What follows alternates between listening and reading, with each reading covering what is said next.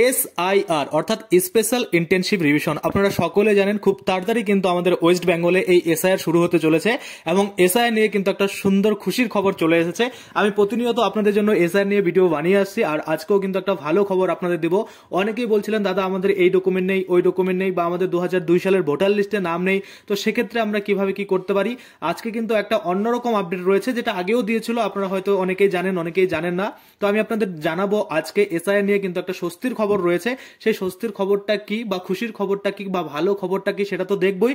সাথে সাথে আমরা এটা দেখবো যে যারা 1987 সালের আগে জন্মগ্রহণ করেছে বা তার মধ্যে জন্মগ্রহণ করেছে তাদের কি কি ডকুমেন্ট দিতে হবে। সঙ্গে আমরা দেখবো যারা 2002 সাল অবধি বা 2004 সাল অবধি, যেটা বলা হয়েছে 2002 সালে ধরুন আপনার ভোটার লিস্টে নাম নেই কিন্তু 2004 সালের মধ্যে আপনার জন্মগ্রহণ হয়েছে, সেক্ষেত্রে আপনাদের কোন কোন ডকুমেন্ট লাগবে এবং 2004 সালের পরে যারা রয়েছেন তাদের কোন কোন ডকুমেন্ট লাগবে, সমস্ত কিছু কিন্তু আজকে আমরা ডিটেলসে দেখে নেবো। কারণ আপনারা সকলে জানেন তিনটা কিন্তু স্ল্যাব রয়েছে। একটা হচ্ছে যারা 1987 সালের আগে জন্মগ্রহণ করেছে তাদের জন্য, এবং 1987 সাল থেকে 2004 সাল অবধি যারা জন্মগ্রহণ করেছে তাদের জন্য একটা, এবং আরেকটা রয়েছে 2004 সালের পরে যারা জন্মগ্রহণ করেছেন তাদের জন্য কিন্তু এক রকমের ডকুমেন্ট। প্রত্যেকটার ক্ষেত্রে আলাদা আলাদা ডকুমেন্ট কিন্তু লাগবে। আমরা জানি প্রথম ক্ষেত্রে বা প্রথম স্ল্যাব বা স্লট 1 যদি আমরা বলি, সেখানে শুধুমাত্র নিজের ব্যক্তিগত ডকুমেন্ট দিলেই হয়ে যায়, এবং পরবর্তীতে দুটো স্ল্যাব রয়েছে তাদের কিন্তু বাবা মায়ের ডকুমেন্টও শো করতে হয়। আমি ডিটেলসে আসছি, তার আগে আমি আপনাদের বলতে চাইবো এই যে এসআইআর রয়েছে, আপনারা সকলেই জানেন যে স্পেশাল ইন্টেনসিভ রিভিশন আমাদের পশ্চিমবঙ্গে লাস্ট হয়েছিল 2002 সালে।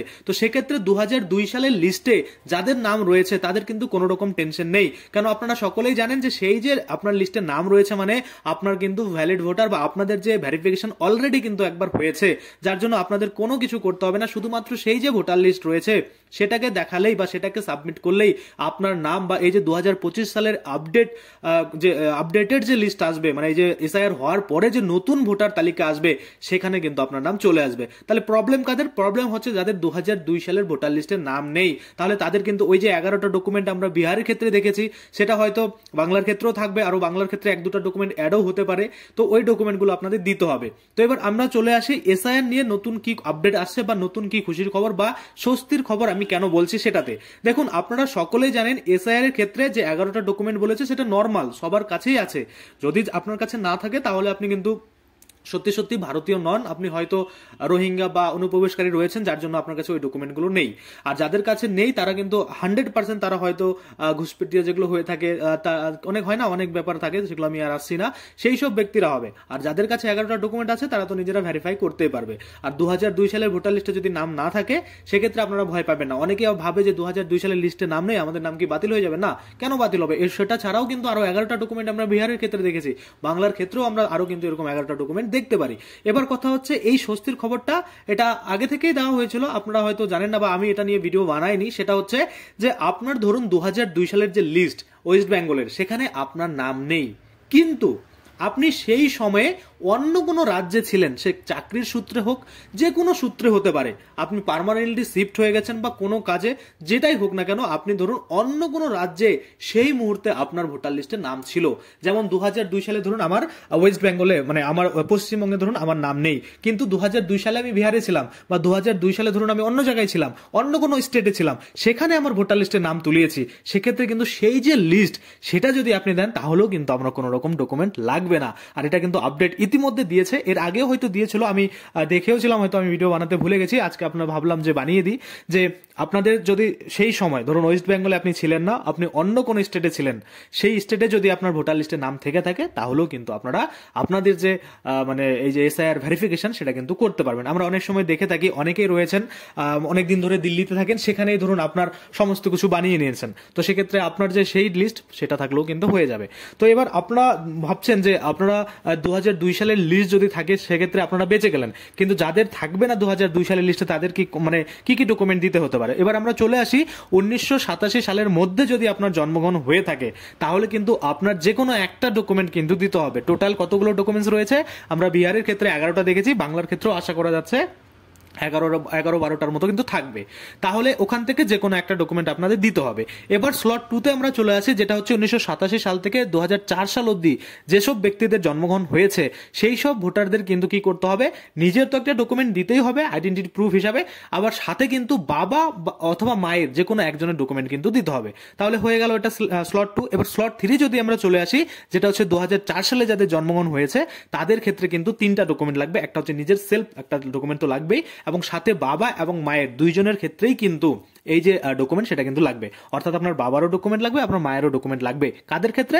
যারা 2004 সালের পরে জন্মগ্রহণ করেছেন, এবং যারা 1987 থেকে 4 সালের মধ্যে তাদের নিজের একটা ডকুমেন্ট, বাবা অথবা মায়ের যে কোনো একটা ডকুমেন্ট, এবং যারা 1987 সালের মধ্যে জন্মগ্রহণ করেছেন তাদের ক্ষেত্রে নিজের শুধুমাত্র একটা ডকুমেন্ট দিলেই হয়ে যাবে। এবং 2002 সালে যাদের লিস্টে নাম রয়েছে তাদের কোনো ডকুমেন্ট লাগবে না, তাদের সেই লিস্টটা দিলেই তাদের যে পরবর্তী নিউ লিস্টের নাম সেটা কিন্তু অটোমেটিকলি বা বাই ডিফল্ট ভাবে কিন্তু চলে আসবে। এবার আপনারা অনেকে বলবেন যে দাদা কবে শুরু হচ্ছে এসআইআর? খুব শীঘ্রই কিন্তু আপনারা হয়তো নোটিফিকেশন পেয়ে যাবেন। যখনই নোটিফিকেশন আসবে আমি কিন্তু তখনই আপনাদের জন্য ভিডিও বানিয়ে দেবো। আর আশা করা যাচ্ছে নেক্সট উইক বা 15 দিনের মধ্যে আপনারা হয়তো একটা নোটিফিকেশন পেতে পারেন, সূত্রের খবর, জানি না হবে কিনা বা লেটও হতে পারে। যদি হয়ে যায় তার আগে আপনারা যেসব ডকুমেন্টগুলো আমরা বিআরের ক্ষেত্রে দেখছি সেগুলো আপনারা জোগাড় করে রাখতে পারেন। এবং তাছাড়া আপনারা দেখতে পারেন 2002 সালের লিস্টে আপনার নাম রয়েছে কিনা। অনেকে এখনো জানেন না যে 2002 সালের লিস্ট রয়েছে কিনা। অনেকের ক্ষেত্রে আবার এমন হয় যে 2002 সালের যে লিস্ট ছিল সেখানে হয়তো অ্যাড্রেস অন্য ছিল, সেটাকে পরিবর্তন করিয়েছেন, হয়তো নামে ভুল ছিল সেটা আপনারা ঠিক করিয়েছেন। অনেকে বলেন সেটা কি হবে? অবশ্যই হবে। আপনার যদি নাম থাকে, সে নাম যদি আপনার ভুলও থাকে এবং সেটাকে আমি আপডেট করিয়ে নতুন এখন ভালো যেটা আপনার অরিজিনাল নাম বা অরিজিনাল স্পেলিং যেটা থাকে, আপনার বানান যেটা থাকে সেটা আপনারা ঠিক করিয়েছেন, তাহলে সেটা এবং আগেরটার সাথে যদি কোনো মিল না থাকে তাহলেও কিন্তু হবে। কেননা আপনার ভোটার যে আইডি কার্ড বা আইডি নাম্বার যেটাকে আমরা বলতে পারি, সেই নাম্বার কিন্তু চেঞ্জ হবে না। কেননা আমরা দেখেছি সেই নাম্বার থেকেই কিন্তু আপনার নতুন নাম্বার এসে, যেমন আগে ডিজিটাল ছিল না, সেক্ষেত্রে নর্মাল একটা নাম্বার থাকতো, সেই নর্মাল নাম্বারটাই কিন্তু আপনার ডিজিটালে পরিবর্তন হয়েছে।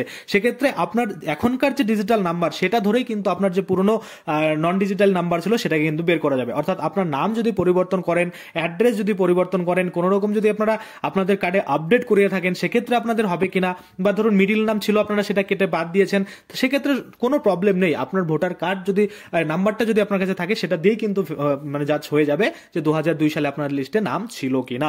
আশা করি তাহলে আপনারা বুঝতে পারছেন। তো আপাতত এই একটা খবর ছিল যে আপনাদের যদি সেই সময় 2002 সালের লিস্টে নাম না থাকে ওয়েস্ট বেঙ্গলের ক্ষেত্রে, আপনি ধরুন অন্য কোনো স্টেটে কাজের সূত্রে ছিলেন বা অনেকদিন ধরে সেখানে পার্মানেন্টলি শিফট হয়ে গেছেন বা যে কোনো কারণে হতে পারে আপনারা ছিলেন, কিন্তু আপনার সেখানে 2002 সালের লিস্টে নাম রয়েছে, তাহলে কিন্তু বললে আপনারা কিন্তু সেটা দিয়ে আপনার যে এসআইআর রয়েছে সেটা কিন্তু ভেরিফিকেশন আপনারা করতে পারবেন। আশা করি আপনারা বুঝতে পারছেন। এসআইআর নিয়ে কিন্তু খুব শীঘ্রই নোটিফিকেশন আসতে চলেছে। যখনই নোটিফিকেশন আসবে আমি কিন্তু আপনাদের জন্য ভিডিও বানিয়ে দেবো। এবং আমি এটা নিয়ে আপনাদের অনেকবার বলেছি, যাদের কাছে এই 11টা ডকুমেন্ট নেই তারা কিভাবে কিন্তু কিছু কিছু ডকুমেন্ট বানাতে পারেন। অবশ্যই কিন্তু কিছু কিছু ডকুমেন্ট আপনারা বানাতে পারবেন। কিভাবে বানাতে পারবেন বা কিভাবে জোগাড় করতে হবে এই নিয়ে অলরেডি আমার ভিডিও রয়েছে, আপনারা সেই ভিডিওগুলো কিন্তু দেখতে পারেন। আশা করি আপনারা বুঝতে পারছেন। তো আজকের জন্য আমি ভিডিওটা এখানেই শেষ করব। যদি ভিডিওটা ভালো লাগে এবং এরকমই এসআইআর, সিএ, এনআরসি আরো যে অন্যান্য মানে নিউজ রয়েছে, ট্রেন্ডিং নিউজ রয়েছে, সেগুলো পেতে চ্যানেলটাকে অবশ্যই সাবস্ক্রাইব করে পাশের যে বেল আইকনটা রয়েছে ওখানে ক্লিক করে বেল আইকনটাকে এনেবল করে দেবেন। তাতে করে কি হবে, যখন আমি এই ধরনের কোনো ভিডিও বানাবো সেটার যে নোটিফিকেশন সেটা কিন্তু আপনার কাছে পৌঁছে যাবে। তো আজকের জন্য ভিডিওটা এখানেই শেষ করছি। ধন্যবাদ।